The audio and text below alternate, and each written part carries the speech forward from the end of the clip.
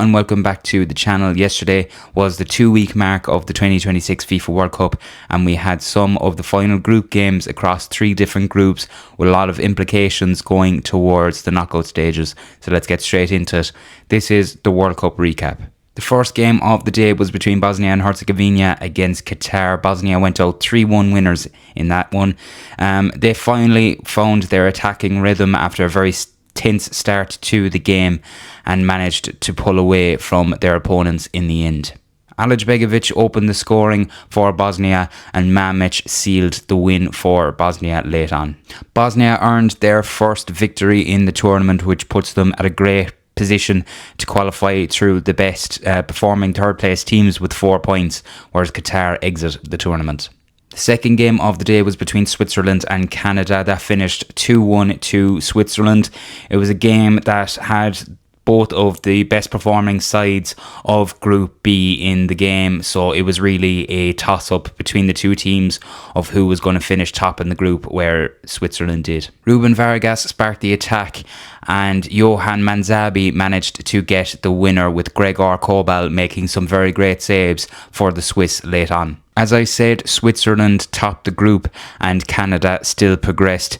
Going from the matchday 1 games where Switzerland couldn't beat Qatar, it's probably a bit of an unexpected finish to the standings. I think a lot of people would have expected Canada to finish top of the group, especially the way they started.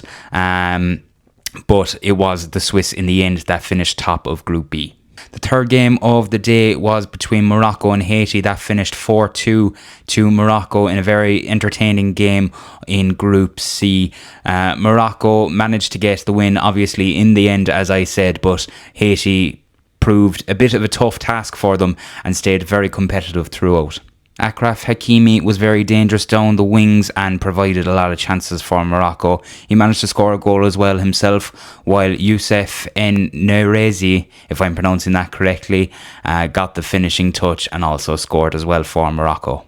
Morocco secured qualification, while Haiti's time in the group stages of the 2026 World Cup and the World Cup in general came to an end. The second game in Group C came between Scotland and Brazil. Brazil went out 3-0 winners in that one and topped Group C.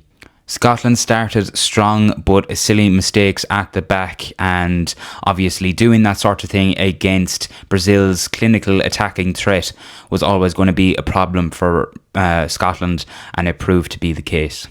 Vinícius Júnior starred with 2 goals, and Matheus Cunha stretched the defence and managed to get a goal of his own, the second of his goals in the tournament. Brazil, obviously, as I said, topped Group C and gave them a great push going into the knockout stages in their hopes of winning the 2026 FIFA World Cup. For Scotland, their qualification now goes down to other sides and how they get on in their groups for that 3rd place qualification, but it seems very unlikely at this moment in time that Scotland will be going through to the knockout stages.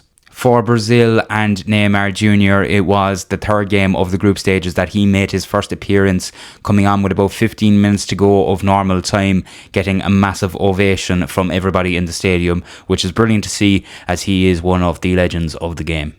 The 5th game of the day came from Group A, and it was between Czechia and Mexico, obviously Mexico being one of the home countries of this 2026 FIFA World Cup. Mexico dominated the game and made a lot of great chances for themselves. The pressure on Czechia was relentless and they gave up very few chances to the European side. Mateo Chavez struck first, Julian Quinos caused constant problems, and Alvaro Fidalgo controlled midfield. Mexico completed a perfect group stage, winning all 3 of their games, whereas Czechia went home. Another great thing to come out of the game was Guillermo Ochoa came on with a small bit of the game remaining to go in between the sticks for Mexico. He became just the 3rd player in the World Cup this year and throughout history to play in 6 separate World Cups with Cristiano Ronaldo and Lionel Messi, so he's in great company there.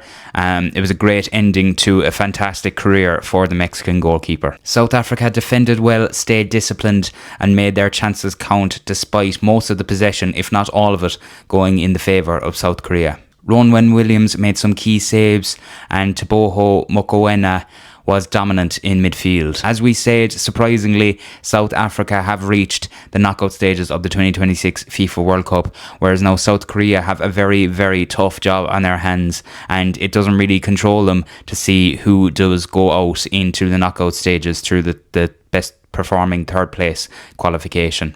Coming up this evening and tonight, we have games from groups E, F and D. So first up, we have Group E. We have Curacao against Ivory Coast, Ecuador against Germany. In Group F, then we have Japan and Sweden and Tunisia and the Netherlands.